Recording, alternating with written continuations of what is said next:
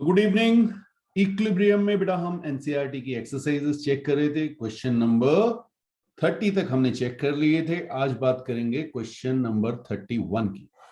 Question number 31 कहता है dihydrogen gas used in Haber's process is produced by reacting methane from natural gas with high temperature steam. The first stage of two-stage reaction involves the formation of CO and H2. In second stage, CO is formed. In first stage is reacted with more steam in water gas shift reaction. तो ये सब कहानी लंबी चौड़ी लिखी हुई है। सीधी सीधी सी बात क्या है, हमें जो रिएक्शन दी गई है उसको लिख लीजिए। CO gas plus H2O gas, ये इक्विलिब्रियम पे है।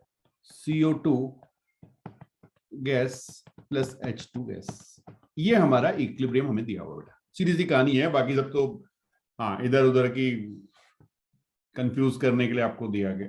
इन a reaction vessel at 400 degree C is charged with an equimolar mixture of CO and steam such that PCO is equal to PH2O is equal to 4 bar. तो अब यहाँ पे आपको partial pressure given है। Partial pressure CO का भी दिया हुआ है और H2O का भी दिया हुआ है, यानी रिएक्टेंट। तो इनिशियल प्रेशर आपको 4 दिया हुआ है। CO2 और H2 इस समय अवेलेबल नहीं है, ठीक है। अब वो कहते हैं कि भाई इक्विलिब्रियम में आपके पास पार्शियल प्रेशर कैसा होगा। ये तो इनिशियली था, अब आपने कहा सर कुछ टाइम के बाद इक्विलिब्रियम मेंटेन हो गया। जिस समय इक्विलिब्रियम मेंटेन हुआ होगा उस समय CO के कुछ मोल रिएक्ट किए होंगे, CO के कुछ मोल रिएक्ट किए होंगे H2O के साथ और उन्होंने CO2 और H2 बनाया होगा। ये बात समझ में आई। अब हमने देखा था जो कंसंट्रेशन का टर्म है वैसे ही प्रेशर के टर्म्स में हमें लिखना था, तो हम यहाँ पे लिख रहे हैं लेट्स से प्रेशर जो रिड्यूस हुआ पार्शियल प्रेशर वो 4 माइनस पी, यहाँ पे भी 4 माइनस पी। जैसे हम x लिखा करते थे कंसंट्रेशन के लिए, यहाँ पे प्रेशर के लिए P आ जाएगा और सेम P और P यहाँ पे प्रोड्यूस हो जाएगा। क्यों? बिकॉज ऊपर अगर आप कोफिशिएंट देखेंगे तो वो 1 है सबके लिए। फाइन। अब यहां से Kp अगर आपने देखा तो Kp आपका हो जाएगा P square by 4 minus P square. Explain करने की तो जरूरत नहीं होगी मेरे ख्याल से। P into B divided by 4 minus P into 4 minus P. ये समझ में आया। अब आपको Kp गिवन है बेटा। Kp की वैल्यू दी हुई है 10.1। हाँ ऑब्वियसली किसी फिक्स टेम्परेचर पे दी जाएगी। दोनों ही टेम्परेचर आपको जो दिए गए हैं वो 400 डिग्री C दी गए हैं। देखिए, तो आपको कुछ चेंज करने की जरूरत नहीं है, सीधे Kp की वैल्यू जो दी गई है उसको लिख दीजिए। अब यहाँ पे ये थोड़ी सी आपको प्रैक्टिस करनी पड़ेगी, बट यहाँ आपको दिख रहा है स्क्वायर है तो आप अंडर रूट ले सकते हैं। तो जब आप अंडर रूट लेंगे बोथ साइड तो P बाय 4 माइनस पी आपका इक्वल हो जाएगा अंडर रूट 10.1। अंडर रूट 10.1 ये आपका 3.18 के आसपास आ जाना चाहिए। चेक कर लीजिए 3.18। ओके 3.178 178 कुछ ऐसा बता रहे हैं आप।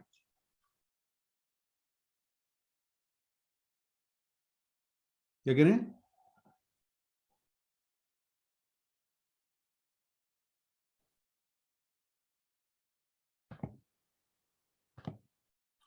हाँ देखिए ऐसा ना, अंडर जो रूट जी हम याद करते थे ना फिजिक्स में, रूट जी की वैल्यू 3.14 ले पाई के बराबर ले लेते थे, तो उससे थोड़ा सा ज्यादा आना है यार।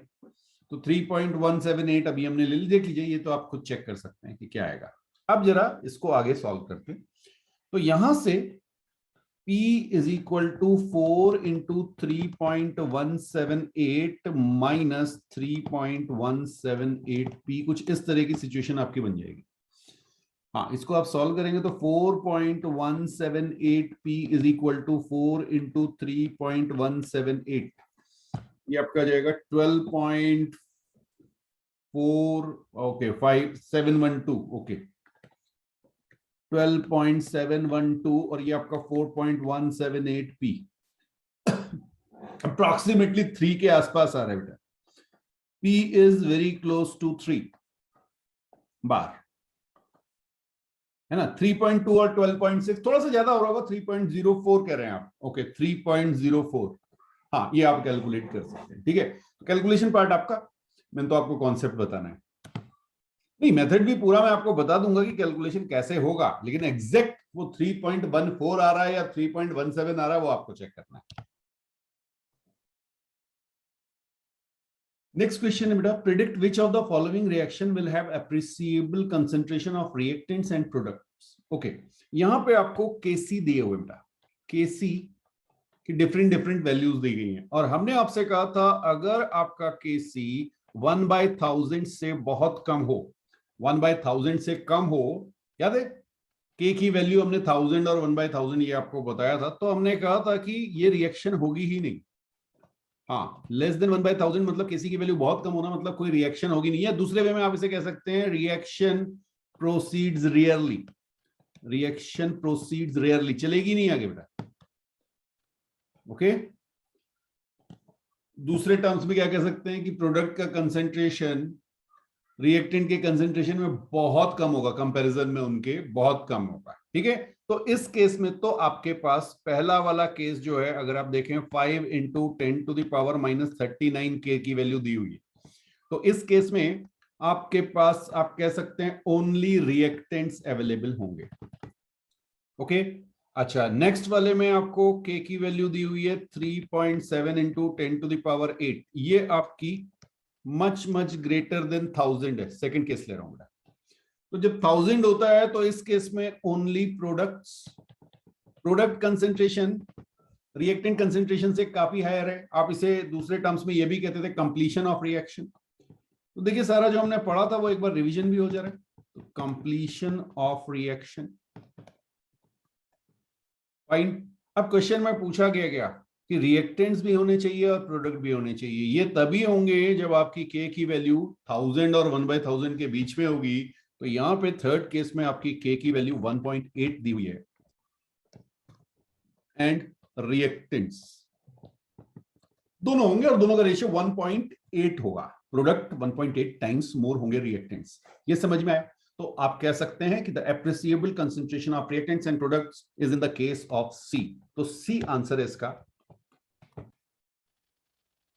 नेक्स्ट क्वेश्चन में देखिए बेटा, आपको एक इक्विलिब्रियम दिया हुआ है ऑक्सीजन और ओजोन के बीच। तो 3O2 गिव्स यू 2O3, और यहां पे आपको 25 डिग्री पे केसी की वैल्यू दी गई है। केसी आपको दिया हुआ है 2 × 10⁻50। Okay, if the equilibrium concentration in air at 25 degrees C is 1.6 × 10⁻², what is the concentration of O3? okay, तो यहां पर तो आपको इक्विलिब्रियम दे दिया। पहले आप इक्विलिब्रियम की इक्वेशन लिख दीजिए, 3O2 gives you 2O3, और गैसियस यहां पे लिखना मत भूलिएगा। फाइन, कंसेंट्रेशन ऑफ O2 दिया हुआ है 1.6 × 10⁻², और कंसेंट्रेशन ऑफ O3 आपसे पूछा गया है। और आपको पता है जब आप केसी लिखेंगे तो केसी आपका हो जाएगा concentration of ozone whole square divided by concentration of O2 whole cube. क्या ये आ रहा है? और ये वैल्यू आपको गिवन है 2 × 10⁻50। वैल्यू डालिए, कंसेंट्रेशन ऑफ O3 आ जाएगा। तो आप यहां से लिख सकते हैं concentration of 8-50 multiplied by oxygen का कंसेंट्रेशन 1.6 × 10⁻², इसका हम कर लेंगे होल क्यूब। -2 है, सॉरी 3 नहीं, -2 है। ओके, तो 1.6 × 1.6 2.56, 2.56 × 1.6 and 2। ओके, तो ये आपका 2 × अभी मैं ऐसे लिख दे रहा हूं 1.6 होल क्यूब × 10⁻56 ये आ रहा है। ये आपका कंसेंट्रेशन ऑफ O3 का होल स्क्वायर, इसका आपको अंडर रूट लेना है। हाँ जी, ये आपका 8.2 × 10⁻56 ऐसा बताया इन्होंने मुझे, सर कैलकुलेट करके ये आ रहा है। तो यहां पे आपका O3 का कंसेंट्रेशन जो है वो इसका रूट ले लेंगे। तो 8.2 का अगर आप रूट लेंगे 8.2, तो 2.9 से थोड़ा सा कम आना चाहिए। तो मैं इसको 2.86 ले रहा हूं × 10⁻28। ये आपका आंसर आएगा बेटा, बिल्कुल सही, 2.86 × 10⁻28। नेक्स्ट क्वेश्चन में आपको CO gas 3H2 gas gives you CH4 gas plus H2O gas, ये एक इक्विलिब्रियम दिया हुआ है। 1300 केल्विन और 1 लीटर का फ्लास्क दिया हुआ है। Okay, It also contain 0.3 mole of CO, 0.1 mole of H2, 0.202 mole of H2O, and an unknown amount of CH4 in the flask. Determine the concentration of CH4 in the mixture. Okay, equilibrium concentration जो है वो दिया हुआ है। हाँ हाँ, तो ये तो बड़ा आसान सा क्वेश्चन बन गया। बिल्कुल सही बात है आपकी, आप जो कह रहे हैं। आपने कहा sir CO gas plus 3H2, हाँ लिख दे रहा हूं, gives you CH4 gas plus H2O gas, सारी की सारी गैसेस दिए। तो जब आप लिखें KC, तो KC को क्या लिखेंगे? Concentration of CH4 into concentration of H2O divided by concentration of CO, concentration of H2 whole cube. Okay, और ये वैल्यू आपको गिवन है 3.9 के इक्वल। अब बेटा कंसेंट्रेशन आपको इक्विलिब्रियम कंसेंट्रेशन दिए हुए हैं सारे, बस उनकी वैल्यू पुट करनी है यहाँ पे। तो आपको कैलकुलेट क्या करना है? कंसेंट्रेशन ऑफ CH4 कैलकुलेट करना है। इसको आप क्या लिख सकते हैं? 3.9 concentration of CO, concentration of H2 whole cube divided by concentration of H2O, value put कीजिए, आंसर आ जाएगा 3.9 इंटू CO का कंसेंट्रेशन दिया हुआ है 0.3 मोल और 1 लीटर है, तो 0.3 बाय 1 है ना। ओके, तो 0.3। फिर आपका दिया हुआ है कंसेंट्रेशन ऑफ H2, H2 कहां दिया हुआ है? 0.02, 0.02। ओके, 0.02, ना 0.1 है, सॉरी, H2 जो है वो 0.1 है, 0.1 whole cube. Okay, divided by H2O दिया हुआ है 0.02। ये कुछ कहानी बन रही है ना। चलिए इसे सॉल्व कर लेते हैं भाई। इसको सॉल्व करने में क्या लगना है? 3.9 into 3 into 10 to the power -4, एक 0.3 का आया और 0.1 के 3 आ गए। ओके, और 2 इंटू 10 टू द पावर -2 ये बन रहा है बेटा मेरे हिसाब से। तो 3.9 इंटू 3, 3 9 20 11.7 11.7 5.85 आ रहा है। 5.85 इंटू 10 टू द पावर -2 ये आ गया बेटा। ठीक है, तो दिस मच मोल पर लीटर कह सकते हैं, या आप सीधे M भी लिख सकते हैं। Concentration of CH4 is 5.85 into 10 to the power -2 molar भी कह सकते हैं, या आप मोल्स भी लिख सकते हैं। ठीक है, क्योंकि 1 लीटर का फ्लास्क आपको दिया हुआ है, तो आप मोल्स में लिखना चाहें आंसर तो मोल्स में लिख लीजिए। पूछा गया उन्होंने डिटरमाइन द कंसेंट्रेशन पूछा है, तो बिल्कुल आप मोलर लिख दीजिए। ठीक है, चलिए नेक्स्ट क्वेश्चन देखते हैं। What is meant by the conjugate acid base pair?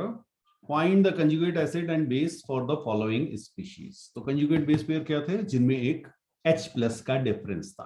Fine, तो यहां पर अगर आप बात करें HNO2 की, तो इसमें से आप एक H+ को माइनस कर दीजिए, ये आपका बन जाएगा NO2-। तो जब भी आप एक H+ को माइनस करते हैं तो क्या बनता है? Conjugate base. तो कंजुगेट बेस बन गया, यहां पे आप कंजुगेट बेस लेते हैं। फाइन, इसी तरह से नेक्स्ट जो है आपको वो दिया हुआ है CN-। में भाई इसमें तो H है नहीं, तो H+ तो निकलेगा नहीं, तो इसमें H+ ऐड कर देंगे। तो H+ हमने ऐड किया तो ये बन गया HCN, ये मेरा बना कंजुगेट एसिड। तो अगर H+ ऐड होके बना रहे हैं तो वो कंजुगेट एसिड होगा, अगर H+ रिमूव करके बना रहे हैं तो वो कंजुगेट बेस होगा। नेक्स्ट देखिएगा HClO4, इसमें से क्या करेंगे भाई? एक H+ हटा देंगे, तो -H+ रिमूव कर दीजिए, तो क्या बन जाएगा? ClO4-, और ये आपका क्या होगा? हाँ, H+ आपने रिमूव कर दिया है, कंजुगेट बेस बना। ठीक है, ओके, F-, इसमें H+ ऐड कर देंगे तो ये HF बन जाएगा। फाइन, तो ऐड कर रहे हैं इसलिए कंजुगेट एसिड बनेगा। ओके, अब देखिए नेक्स्ट वाला जो है वो इंटरेस्टिंग है। यहां पे आपको OH- दिया हुआ है, तो OH- में अब आपके पास दो ऑप्शन है। आप चाहें तो H+ ऐड कर दीजिए और एक H+ आप रिमूव भी कर सकते हैं। तो ये आप चाहें तो H प्लस। ये समझ में आया? तो अगर आप H प्लस निकालेंगे तो ये क्या बन जाएगा, O माइनस माइनस, और H प्लस ऐड करेंगे तो ये बन जाएगा H2O। जल्दी से मुझे बता दीजिए कौन कंजुगेट एसिड है और कौन कंजुगेट बेस है। पहले वाला H प्लस ऐड किया तो कंजुगेट एसिड बना, और यहां पे आपका कंजुगेट बेस बना। क्लियर है? बिल्कुल, बस ये ध्यान रखना है कि H प्लस ऐड कर रहे हैं या सब्ट्रैक्ट कर रहे हैं। नेक्स्ट देखिएगा CO3 -2। ऑब्वियसली इसमें H प्लस तो है नहीं जो आप रिमूव करेंगे, तो ये आपको क्या देगा, H प्लस ऐड करना पड़ेगा, HCO3 माइनस देगा, ध्यान रखना। हाँ, अब बेटा एक चीज का हमेशा ध्यान रखिएगा, यहां पे आप एक ही H प्लस लेंगे, दो मत ऐड कर देना, क्योंकि कंजुगेट एसिड की बात कर रहा है या कंजुगेट बेस की बात कर रहा है, तो या तो एक H प्लस ऐड करेंगे या एक H प्लस माइनस करेंगे, दोनों बन सकते हैं, ठीक है। बट इस केस में तो केवल एक बनेगा, क्योंकि आप ऐड कर सकते हैं, है नहीं इसलिए निकलेगा नहीं। तो ये आपका क्या बना, कंजुगेट एसिड, ठीक है। और भी कोई है, और बचा है कोई? S-2 बचा है, ओके। S-2 में H प्लस ऐड किया तो क्या बना, HS माइनस बना बेटा, H2S मत लिख देना, हाँ HS minus conjugate acid. Next question है बेटा, which of the following are Lewis acid. Lewis acid कौन कौन से हैं इसमें, ठीक है। बिल्कुल, लेविस एसिड क्या था, जो लोन पेयर एक्सेप्ट कर सके। लोन पेयर कौन एक्सेप्ट करता था, जिसके पास वैकेंट ऑर्बिटल होता था। तो भाई देख लेते हैं, यहां पर H2O की बात करेंगे तो यहां पे O के पास तो लोन पेयर है, तो ये आपका बनेगा लेविस बेस, लेविस बेस बनेगा, फाइन।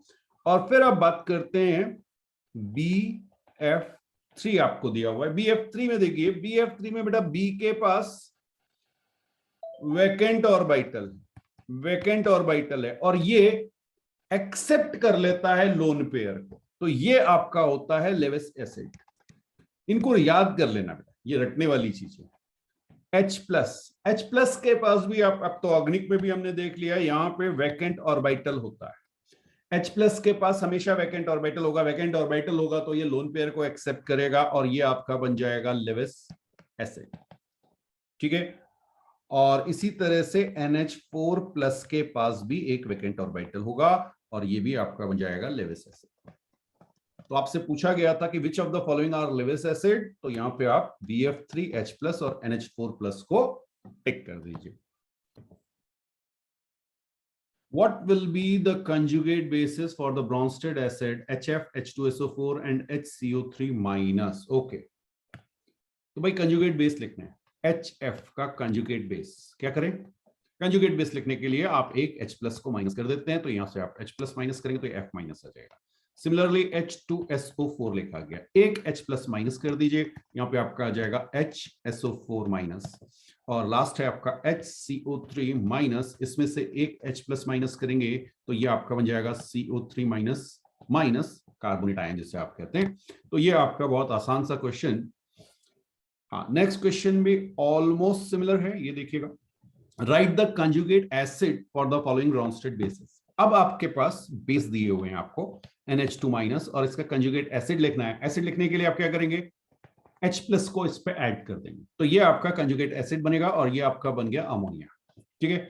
सिमिलरली अब आपको नेक्स्ट दिया हुआ है अमोनिया, तो फिर से इसमें H प्लस ऐड कर दीजिए, ये आपका क्या बन गया, NH4 प्लस। क्लियर है, बहुत बढ़िया। HCOO माइनस, यहां पे H प्लस ऐड कीजिए तो ये आपका बन गया HCOOH formic acid.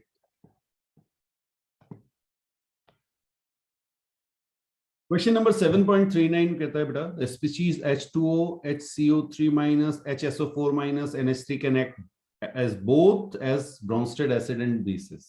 Fine. For each case, give the corresponding conjugate acid and base. तो ये हमने आपको बताया था कि H2O, अगर आप इसमें H प्लस ऐड कर देंगे तो एसिड, और H प्लस माइनस कर देंगे तो बेस, तो बेस इसके लिए हो गया OH माइनस, और एसिड इसके लिए हो गया H3O प्लस। ये शायद आपको नोट्स में भी लिखाया गया है, तो बिल्कुल आप इसे यहां पे लिख दीजिएगा। ये आपका फर्स्ट वाला हो गया। सेकेंड की बात करेंगे, HCO3 ऐड कीजिए और H प्लस रिमूव कीजिए, ऐड करने पे एसिड बनेगा H2CO3, मैं यहाँ पे लिख दे रहा हूं, ये आपका एसिड है, ये आपका कंजुगेट बेस है, ये आपका एसिड है और कंजुगेट बेस आपका CO3-2 आएगा। चेक कर लो बेटा, ठीक है। बाकी दोनों बना लेंगे, चलिए मैं बता देता हूं। HSO4 यहां से H2SO4 ये तो एसिड हो जाएगा और SO4-2 ये आपका बेस हो जाएगा, एसिड बेस। क्लियर है? और फिर लास्ट में क्या है, अमोनिया NH3, इसमें से आप एक H+ ऐड कीजिए, NH4+ जो है ये आपका एसिड हो जाएगा और NH2- ये आपका बेस हो जाएगा। तो पहले दो क्वेश्चन में भी यही सब घूम फिर के आ रहे थे। तो again very simple and easy question. Classify the following species into Lewis acid and Lewis base. तो OH- की जब बात होती है बेटा, तो आपको पता है कि OH- के पास यहाँ पे लोन पेयर होते हैं, और अगर इनके पास लोन पेयर हैं तो ये लोन पेयर डोनेटर होंगे, लोन पेयर डोनेटर, ठीक है। तो लोन पेयर डोनेटर अगर हैं तो ये लेविस बेस हो जाएंगे। हाँ, ओके, ये लेंगे। तो फर्स्ट वाला हो गया, ए जो ऑप्शन है आपका। बी जो है उसको देखिए, वो क्या है, F- लिखा हुआ है। F- लिखा हुआ है, इसका मतलब इसके पास 8 इलेक्ट्रॉन होंगे बेटा। भाई इसके पास तो लोन पेयर ही हैं, तो ये भी क्या हो गया, लोन पेयर हैं तो डोनेट कर देगा भाई। अगर ये डोनेट कर देगा तो ये आपका लेविस बेस हो जाएगा। फाइन। अच्छा, और क्या, H+, सी ऑप्शन है H+। H+ क्या करेगा, H+ के पास एक वैकेंट ऑर्बिटल होता है बेटा। लोन पेयर तो क्या, इसके पास कोई इलेक्ट्रॉन ही नहीं है, इसके पास खाली एक डब्बा है, खाली डब्बा, खाली मतलब वैकेंट ऑर्बिटल। वैकेंट ऑर्बिटल है तो ये क्या कर सकता है, कैन एक्सेप्ट, तो कैन एक्सेप्ट लोन पेयर या इलेक्ट्रॉन पेयर, जो भी आप लिखना चाहें। और अगर ये लोन पेयर को एक्सेप्ट कर सकता है तो फिर ये लेविस एसिड है।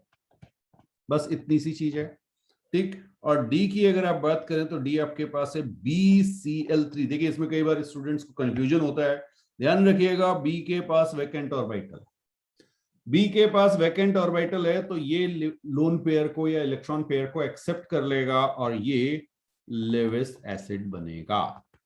हाँ, यहां पे Cl के लोन पेयर मत देखना, उससे पहले वो वैकेंट ऑर्बिटल है जो फिल होने आ जाता है। क्वेश्चन नंबर 7.41 कहता है the concentration of hydrogen ion in a sample of soft drink is 3.8 into 10⁻³ ये आपको दिया हुआ है बेटा concentration of H+, 3.8 into 10⁻³ molar है। फाइन। और आपसे पूछा गया कि पीएच, तो अगर आपको याद हो पीएच का सीधा सीधा फॉर्मूला था -log times concentration of H+। Okay, तो लॉग आपको इसका लेना है, तो यहाँ पे बस आपको -log कंसंट्रेशन की जगह ये वाला टर्म लिख देना, 3.8 into 10⁻³ अब कई बार ये होता है सर इसको सॉल्व कैसे करेंगे, तो देखिए यहाँ पे बड़ा सिंपल सा एक कॉन्सेप्ट है। अगर आप कहते हैं log A into B, तो आप सबको पता है हम इसे लिख सकते हैं log A plus log B, लिख सकते हैं। तो यहां पर हाँ, इसको हम लिखेंगे -log 3.8, ठीक है। मैं इस वैल्यू को यहां पे दे रहा हूं, -log 10⁻³ ये बात समझ में आई? ओके, इसको आप सॉल्व करेंगे तो पीएच आपका आ जाएगा 3 - log 3.8। बोले अब सर ये 3.8 की वैल्यू हमें नहीं पता। अब देखिए दो तरीके मैं आपको बता रहा हूं, एक तो या तो आपको log की वैल्यू दी हो, log 3.8 जो है, log 3.8 इज 0.5798, या तो ये वैल्यू दी होगी आपको। अब मान लिया नहीं दी तो आप क्या करेंगे, आपको पता है 3.8 4 के क्लोज है, और 4 को आप क्या लिख सकते हैं, आप log 3.8 की जगह log 4 की वैल्यू कैलकुलेट कर लीजिए, उससे थोड़ी सी कम आएगी, ठीक है। log 4 आपको पता है, आप इसको लिख सकते हैं log 2 स्क्वायर, तो आप इसे लिख सकते हैं 2 log 2। ओके, log 2 की वैल्यू मैंने आपसे कहा था याद रखनी है 0.3010, तो ये आपका 0.6 के आसपास आ रहा है। कुछ समझ में आया? तो log 3.8 की जगह हमने log 4 रखा और log 4 को हमने 0.6 ले लिया। अब देखिए यहां पे वैल्यू उतनी है, लगभग 0.58 है, 0.58 है। तो यहां पे जो आपका आंसर होगा वो आपका आएगा 2.423, कुछ इस तरह से आ रहा होगा। चेक करो। 4 2 पॉइंट, हाँ वो चेक कर लीजिए, चेक कर लीजिएगा। 2.42 तो आएगा ही ना, 42 तो आएगा, बाकी कुछ आएगा नहीं आएगा वो देख लेना। 2.42 ऐसा आ रहा है। हाँ 58 ले लिया ना आपने, बिल्कुल बिल्कुल बिल्कुल ठीक है। अच्छा, अब अगर आपने मान लो अप्रोक्सीमेशन कर दिया हो तो log 4 ले लिया होता तो क्या होता? तो आप कहते हैं सर 2.4 आ रहा है, क्लोज तो है।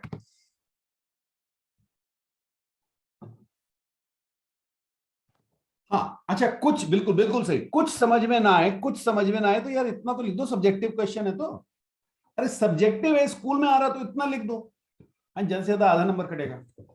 वैसे काटना नहीं चाहिए टीचर को, क्योंकि अब लॉग टेबल आपको सारे लॉग थोड़ी आते होंगे। यस, तो या तो वो लॉग की इतने की वैल्यू देंगे, आपने ये लिखा तो भी करेक्ट है सब्जेक्टिव के लिए। ऑब्जेक्टिव में तो वैल्यूज दी होंगी, तो ऑब्जेक्टिव के लिए ये अप्रोक्सीमेशन आपको आना चाहिए। अब वहां ऐसा नहीं होगा कि 2.4 2.41 2.42 ऐसे आंसर नहीं दिए होंगे, वहां दिया होगा 2 2.4 2.8, तो उसमें तो लिख दोगे ना, चाहे ये आए चाहे ये आए, एक ही आंसर। नेक्स्ट क्वेश्चन में आपको pH of sample of vinegar is 3.76, calculate the concentration of hydrogen ion in it. तो ये रिवर्स है, आपको पीएच गिवन है, ठीक, पीएच आपको गिवन है 3.76 और आपको पता है minus log concentration of H plus, इसे आप लिख सकते हैं 3.76, क्योंकि पीएच तो यही होता है। चलिए जी, अब यहां पे log H प्लस अगर आपने किया तो इसको आप -3.76 लिख सकते हैं। चल, अब 3.76 इसके बाद कहानी शुरू होती है। बोले सर ये तो समझ नहीं आ रहा कि कैसे वाले को, तो इंटीजर लिखिए एक बड़ा और साथ में plus fraction term. Fraction term जो है या डेसिमल वाली जो टर्म है, 1 से छोटी टर्म जो, उसको हमेशा पॉजिटिव रखना है। क्यों रखना है वो अभी बता रहा हूं, क्योंकि वो मल्टीप्लाई होके आएगा।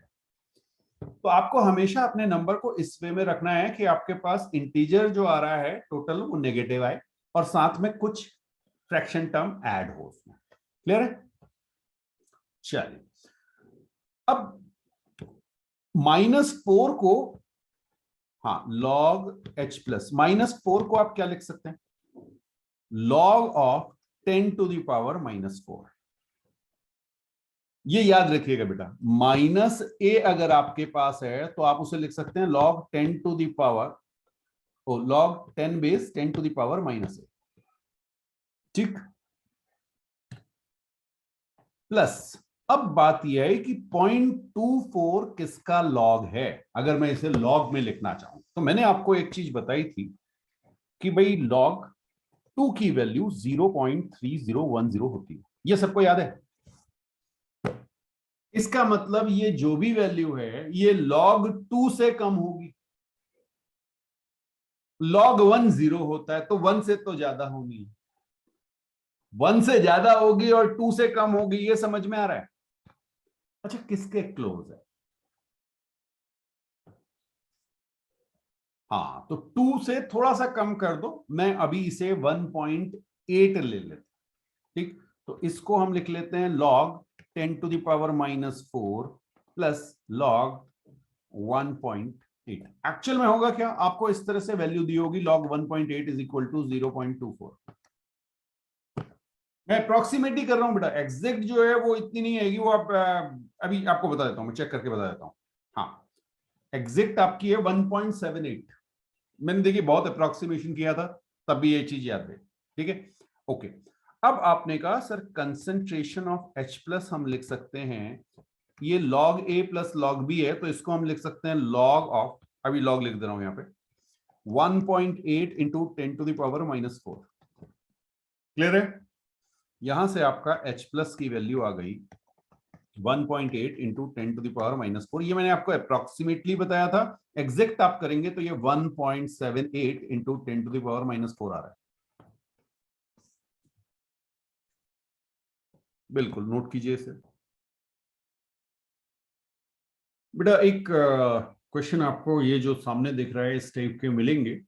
The ionization constant of HF आपको दिया हुआ है या और भी दिए हुए हैं, ठीक है। तो पहले हम HF के लिए देख लें। तो KA HF की जब हम बात कर रहे हैं तो ये आपको दिया हुआ है 6.8 इंटू 10⁻⁻⁴, फाइन। हाँ, अब यहां पे इन्होंने मेंशन नहीं किया है, बट मेंशन नहीं किया तो मैंने आपसे कहा था कि आप टेम्परेचर क्या ले लेंगे, 298 क्या लेंगे, रूम टेम्परेचर, फाइन। और रूम टेम्परेचर पे आपको पता है कि KW इज इक्वल टू के इंटू KB होता है। तो यहां से आप कहेंगे कि KB is equal to KW/KA, और ये KW/KA क्या हो गया, कंजुगेट बेस का K। तो KW आपका 10⁻⁻14 होता है, KA की वैल्यू 6.8 इंटू 10⁻⁻4 आ गई। इसको आप डिवाइड करेंगे तो ये आपका 1.5 के आसपास आना चाहिए। ओके, 1.47 इंटू 10 एक यहां ले लिया, 15 में से 4 के 11 आना चाहिए। ये आपका K बेस आएगा बेटा।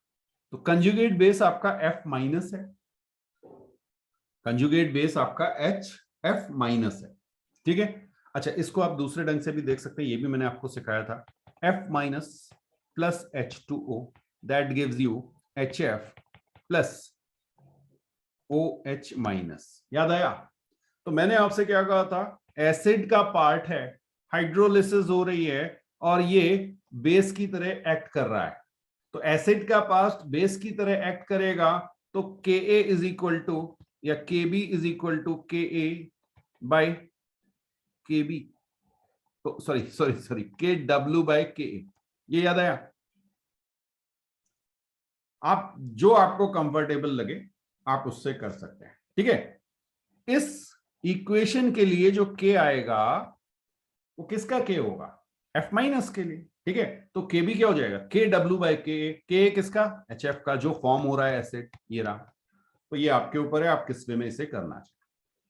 तो सिंपल सा आप ऐसे याद रख सकते हैं कि जब भी आपको कंजुगेट बेस का या कंजुगेट एसिड का निकालना है तो सीधे सीधे याद रखिए Ka into Kb is equal to Kw, और रूम टेम्परेचर पे ये 10⁻⁻14 होगा Kw, ठीक है। अब देखिए Kb ऑफ, अच्छा नेक्स्ट क्या दिया हुआ है, KaCOH का दिया हुआ है, COOH दिया हुआ है, कितना है 1.8 इंटू 10⁻⁻4, ये आपको गिवन है। एक बार चेक कर लो बेटा, हाँ ये है 1.8 इंटू 10⁻⁻4 HCOH के लिए, बिल्कुल ठीक बात है। अब कंजुगेट बेस कौन है, कंजुगेट बेस कौन है, HCOO माइनस, ये आपका कंजुगेट बेस है। तो Kb इसके लिए निकलेगा तो क्या आ जाएगा, 10⁻⁻14 डिवाइडेड बाय 1.8 इंटू 10⁻⁻4। चेक करो जरा कितना आ रहा है, 1.8 से 10 अगर ले लें हम तो यह आ जाएगा 5.6, 18 5 90, हाँ 5.6 के अप्रोक्सीमेटली 5.55 करके चल रहा होगा, 5.6 लिख दिया मैंने, इंटू 10⁻⁻11। क्या ये आ रहा है, चलिए बहुत बढ़िया। नेक्स्ट जो है वो आपको दिया हुआ है HCN। तो KaHCN गिवन है बेटा। KaHCN की वैल्यू कितनी हुई है, 4.8 इंटू 10⁻⁻9, ये दिया हुआ है। ओके, अब आपने कहा Kb कितना हो गया, Kw/Ka that is 10⁻⁻14 divided by 4.8 into 10⁻⁻9। Okay, तो ये आपका हो जाएगा 10⁻⁻5, पहले मैं यहां लिखता हूं 10/4.8, 10/4.8 यानी 2.1 के आसपास, 2.1 से भी थोड़ा कम। तो ये आपका जाएगा 2.08 इंटू 10⁻⁻5। तो इस तरह से आप के भी कैलकुलेट कर सकते हैं कंजुगेट बेस के लिए। नेक्स्ट क्वेश्चन बेटा आपको आयनाइजेशन कांस्टेंट ऑफ फिनॉल दिया हुआ है 1 into 10⁻⁻10। What is the concentration of phenolate ion in 0.05 mm solution of phenol. Okay, तो यहां पे आपको C6H5OH दिया हुआ है, ये फिनॉल हो गया आपका, और इस पे C6H5O- प्लस H प्लस, ये आपकी इक्विलिब्रियम बनेगा। ये है आपका फिनॉल और ये है आपका फिनोलेट आयन। ठीक है, बिल्कुल। अब आपको दिया क्या हुआ है, पूछा क्या है, डिग्री ऑफ आयनाइजेशन। हाँ, दो पार्ट है। What will be the degree of ionisation if the solution is also 0.01। अच्छा, ये सेकंड पार्ट है। पहले first part, what is the concentration of phenolate ion in this one. ठीक है, तो के आपको गिवन है, के आपको दिया हुआ है 1 इंटू 10⁻⁻10 और सी भी आपको दिया हुआ है 0.05। कुछ क्लियर हुआ, याद आया? ओके, तो के बाय सी को चेक कर लें, क्योंकि इससे हमें पता चल जाएगा कि हमें नेग्लेक्ट करना है 1 माइनस अल्फा को कि नहीं करना है। तो के बाय सी की वैल्यू हमारी क्या आएगी, 10⁻⁻10 डिवाइडेड बाय 5 इंटू 10⁻⁻2 और ये बेटा 64 इंटू 10⁻⁻4 से बहुत छोटी है। याद आया?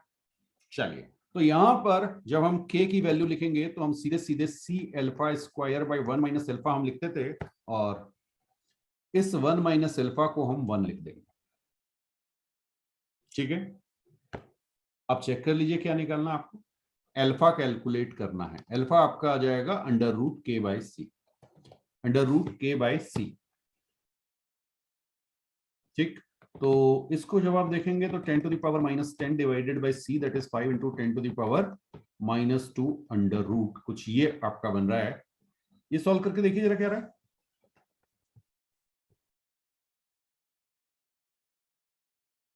अच्छा, एक minute, what is the concentration of phenolate ion निकालना है। ओके, ये आपका आंसर आ जाएगा, बिल्कुल आप इसे सॉल्व कर सकते हैं। हाँ, यहां से अल्फा आ गया। अब कंसंट्रेशन ऑफ, ये देखो मैं यहां पे लिख दे रहा हूं। यहां पे मान लो C था, C1 माइनस अल्फा, ये C अल्फा, ये C अल्फा, यही तो था। ठीक है ना, तो यहां पे आपने कंसंट्रेशन C अल्फा आएगा, तो इसको जब आप C से मल्टीप्लाई करेंगे तो लिख देता हूं, concentration of C6H5O minus is C alpha that is √KC। ये आ रहा होगा। अब चेक कर लो, तो √KC करेंगे तो 5 इंटू 10⁻⁻2 इंटू 10⁻⁻10, कुछ ये बन रहा है क्या? 5 का अंडर रूट तो 484, 22 का स्क्वायर होता है बेटा, तो ये 2.2 ले लो। 2.2 से थोड़ा सा ज्यादा आ रहा होगा, डजंट मैटर, क्योंकि यहाँ पे 10⁻⁻6 है। 2.2 लिखो, 2.22 लिखो, इससे फर्क नहीं पड़ेगा। समझ में आ गया? तो ये आपका पहला पार्ट हो गया। ठीक है, पहला पार्ट हो गया। ओके,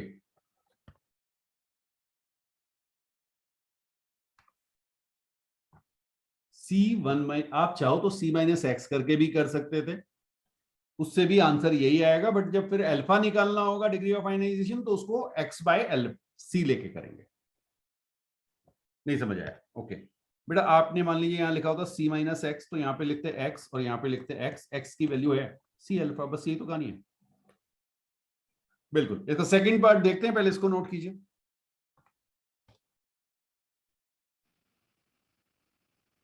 बेटा सेकंड पार्ट की अगर हम बात करें तो उन्होंने कहा है कि what will be its degree of ionisation if the solution is also 0.01 m in sodium फिनोलेट।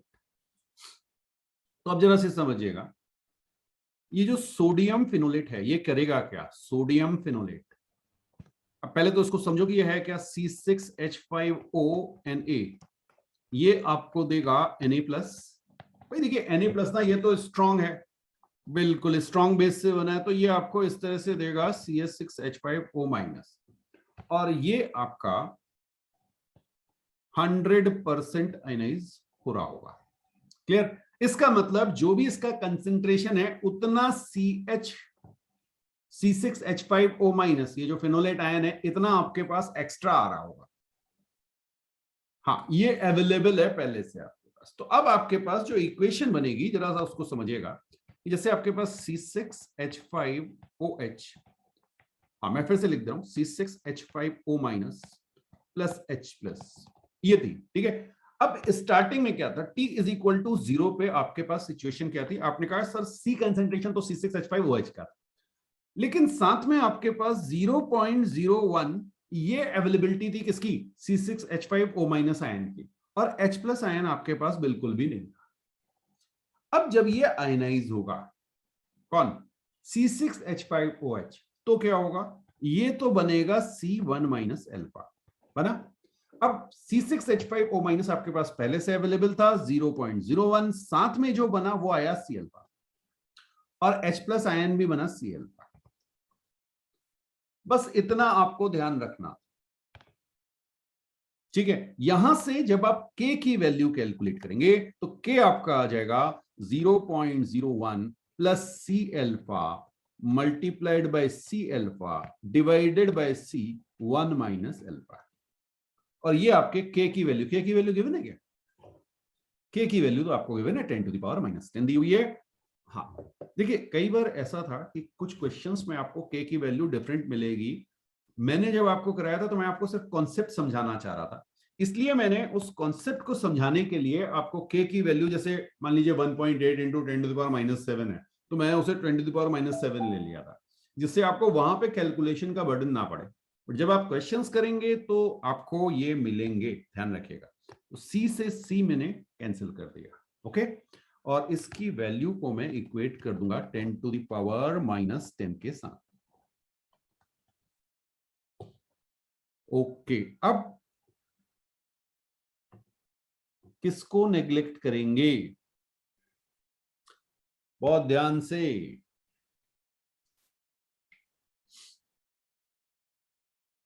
अरे 10⁻⁻10 है बेटा, और C भी जो आपका दिया हुआ है 10⁻⁻2 दिया हुआ है, तो ये आपका नेग्लेक्ट हो जाएगा, ठीक है। तो 0.01 के कंपैरिजन में आप C अल्फा को नेग्लेक्ट कर देंगे, और 1 - अल्फा को आप 1 लिख देंगे, अल्फा को 1 के कंपैरिजन में नेग्लेक्ट कर देंगे। नेग्लेक्शन समझना बहुत जरूरी है। तो यहां पे आपके पास क्या आ जाएगा, alpha into 0.01 is equal to 10⁻⁻10। यहां से आपके अल्फा की वैल्यू आ जाएगी 10⁻⁻8, खत्म। डिग्री ऑफ आयनाइजेशन आपको चाहिए था, वो आपका 10⁻⁻8 आ गया, ठीक है। तो यही उन्होंने पूछा था, what will be its degree of ionisation if the solution is also 0.01 m in sodium फिनोलेट।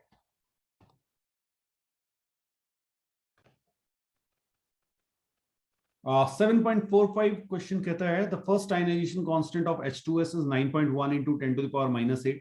आपको K दिया हुआ है, Ka1 दिया हुआ है एक्चुअली। Ka1 की वैल्यू आपको 9.1 इंटू 10⁻⁸, और Ka2 भी दिया हुआ है आपको।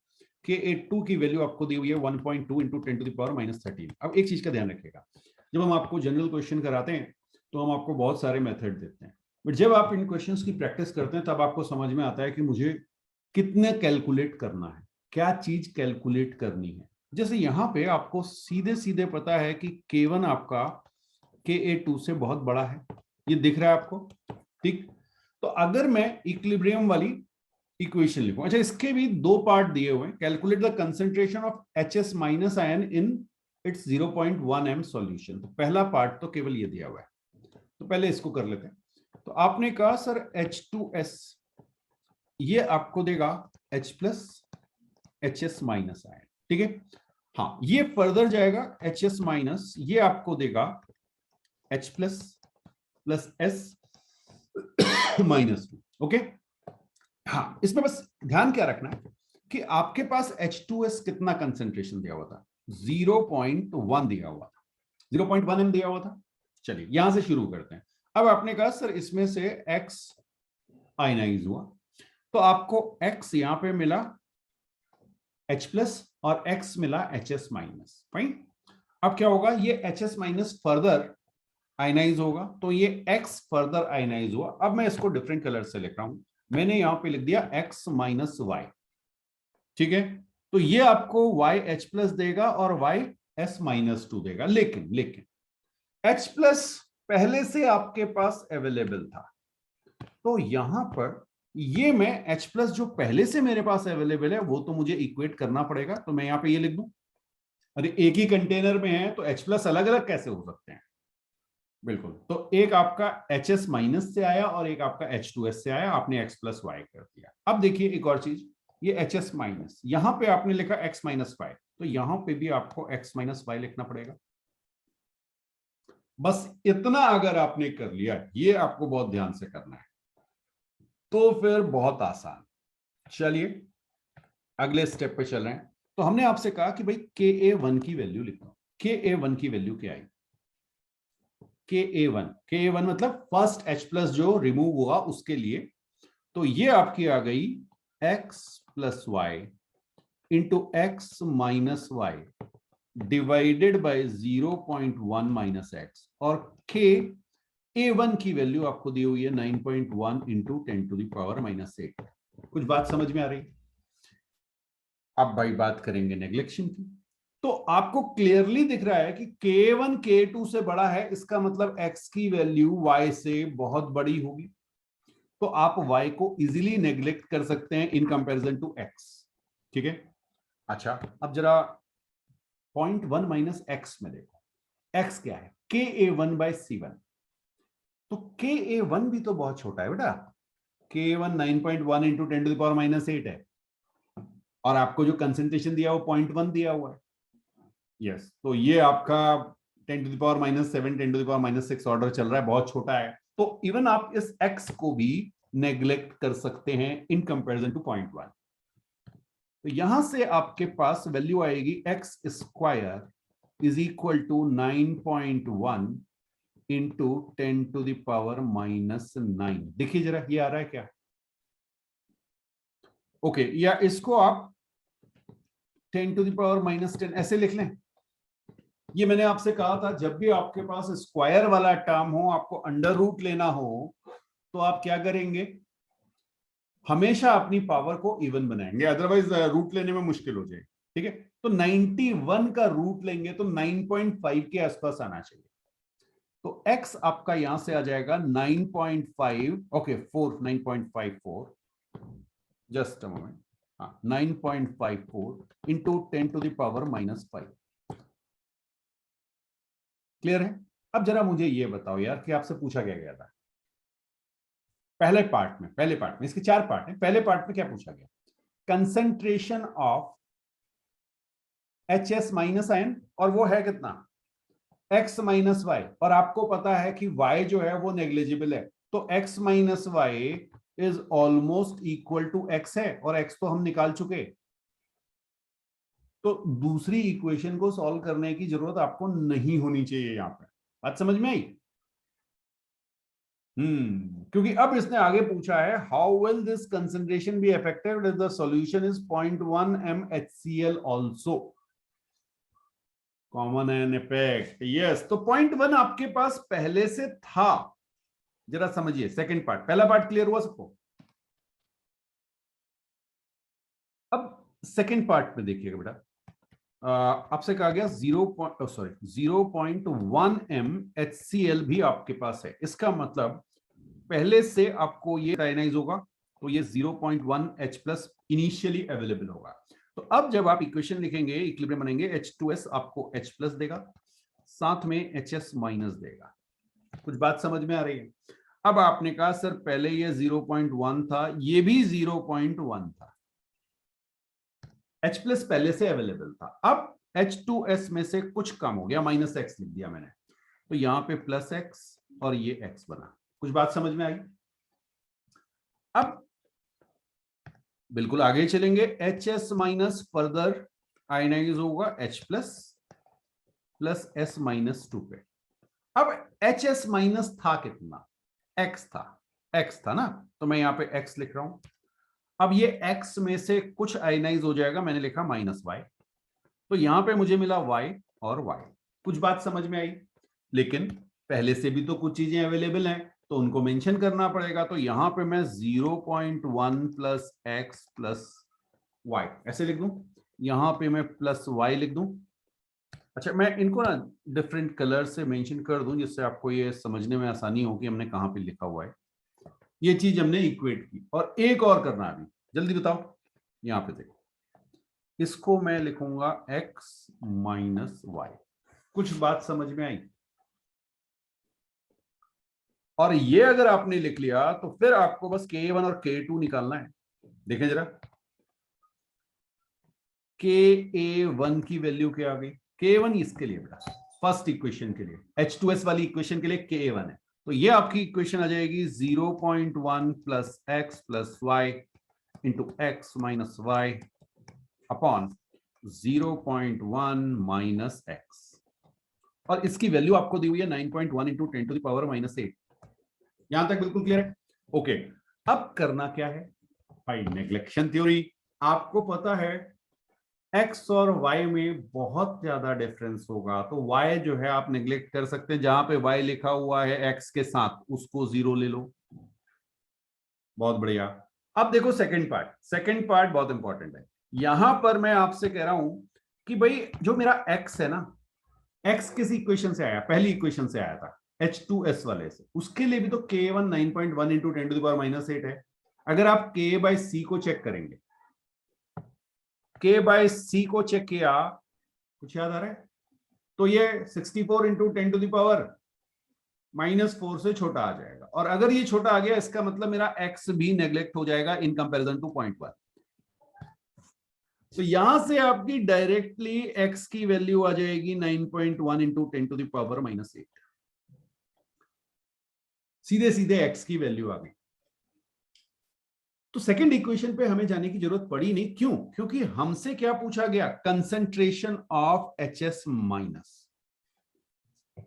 लेकिन अगर बाकी चीजें पूछी होती, जैसे सेकंड पार्ट में शायद पूछा गया, एक बार चेक कर ले।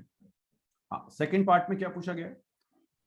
देखिए दिया भी वही गया है। If the second dissociation constant of H2S is this, calculate the concentration of S minus 2। अब S minus 2 में Y आपको कैलकुलेट करना पड़ेगा, और Y कहां से आएगा? Y आएगा, बिल्कुल सही बात आपकी, Ka2 से। ठीक है, चलिए, तो जब HCl नहीं मिला हुआ है तब क्या होगा, मैं आपको साइड में ही दिखा देता हूं इसको करके, तब तक आप कोशिश कीजिए। बिल्कुल बिल्कुल।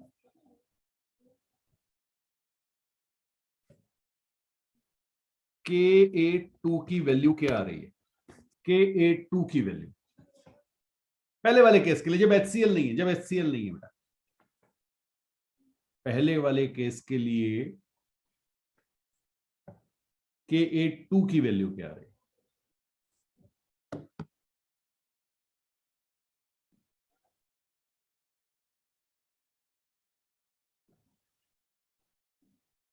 देखो ना, हाँ ठीक है, वेरी गुड। भाई ये ना x plus y y upon x minus y, ये लिखा हुआ है। इसकी वैल्यू किसके बराबर होगी? 1.2 इंटू कितना दिया हुआ है? 10 टू द पावर माइनस 13 दिया हुआ है, ये लिखा हुआ है। ठीक है, अच्छा, अब भाई मुझे बता दो कि यहां पर किसको नेग्लेक्ट करोगे? y को करोगे, लेकिन y को किसके कंपैरिजन में करोगे? x के कंपैरिजन में। तो ये दोनों जीरो हो जाएंगे, तो आपके पास क्या आएगा? X y upper minus 3। ये बात समझ में आई? अब ये x और x कर गया, सीधे सीधे आपको y की वैल्यू मिल गई। y की वैल्यू क्या आई? तो ये -13 है बेटा। y की वैल्यू आ गई 1.2 इंटू 10 टू द पावर -13। और अगर आपको याद हो, मैंने एक बार आपको बोला था कि ये y जो है ये Ka2 के इक्वल आ जाता है। H2S में ऐसा था कि ये y जो है सेकंड वाला, वो Ka2 के इक्वल आ जाता है। रटने की जरूरत नहीं है, याद हो जाए प्रैक्टिस करके तो अच्छी बात है। अब मुझे तो रट चुका है बिल्कुल। ठीक है, अच्छा, अब सेकंड वाला देखिए। मैं मेरा काम बेटा आपको मेथड दिखाना है। आप किसी भी वे में करें, आपका आंसर सिंपल वे में और वहां पे निकल आना चाहिए उसी टाइम ड्यूरेशन में। अब देखिए सेकंड पार्ट जो है, सेकंड पार्ट में क्या होगा? फिर से आपके पास HCl प्रेजेंट था, तो अब हाँ, पहली बार तो HCl एब्सेंट था तब निकाला ना, अब HCl प्रेजेंट है, तो अब क्या होगा? Ka2 की वैल्यू को क्या लिखेंगे? 0.1 plus x plus y multiplied by y, check कर लेना, divided by x minus y. इसकी वैल्यू आपको दी हुई है 1.2 इंटू 10 टू द पावर -13, ये दिया हुआ है। चलिए बहुत बढ़िया। अब आपको नेग्लेक्ट करना, भाई किसको नेग्लेक्ट करेंगे? तो बोले सर हम सबसे पहले तो y को x के रेस्पेक्ट में नेग्लेक्ट करेंगे, x है और 0.1 है। उसके बाद आपका मैं लिख देता हूं नीचे, नहीं तो आप कंफ्यूज होंगे। 0.1 plus x upon x into y is equal to 1.2 into 10 to the power -3। क्या ये आ रहा है? अब यहां पे देखो 0.1 के कंपैरिजन में x फिर से नेग्लेक्ट हो जाएगा, तो नेक्स्ट आपकी बनेगी 0.1 into y upon x is equal to 1.2 into 10 to the power -3। कुछ बात समझ में आ रही है? बस यहां से y की वैल्यू निकाल लो, क्योंकि x आप कैलकुलेट कर चुके हो, x आप कैलकुलेट कर चुके हो। लेकिन ध्यान रखना x कौन सा, जो सेकंड इक्वेशन से आया था वही वाला, जब HCl प्रेजेंट था, है ना। तो वहां से y की वैल्यू आपकी आ जाएगी x into 1.2 into 10 to the power -13 है, सॉरी बेटा ये 13 है, मैं 1 लिख रहा हूं, अपॉन 0.1। x की वैल्यू कितनी है ये चेक करो ऊपर जरा,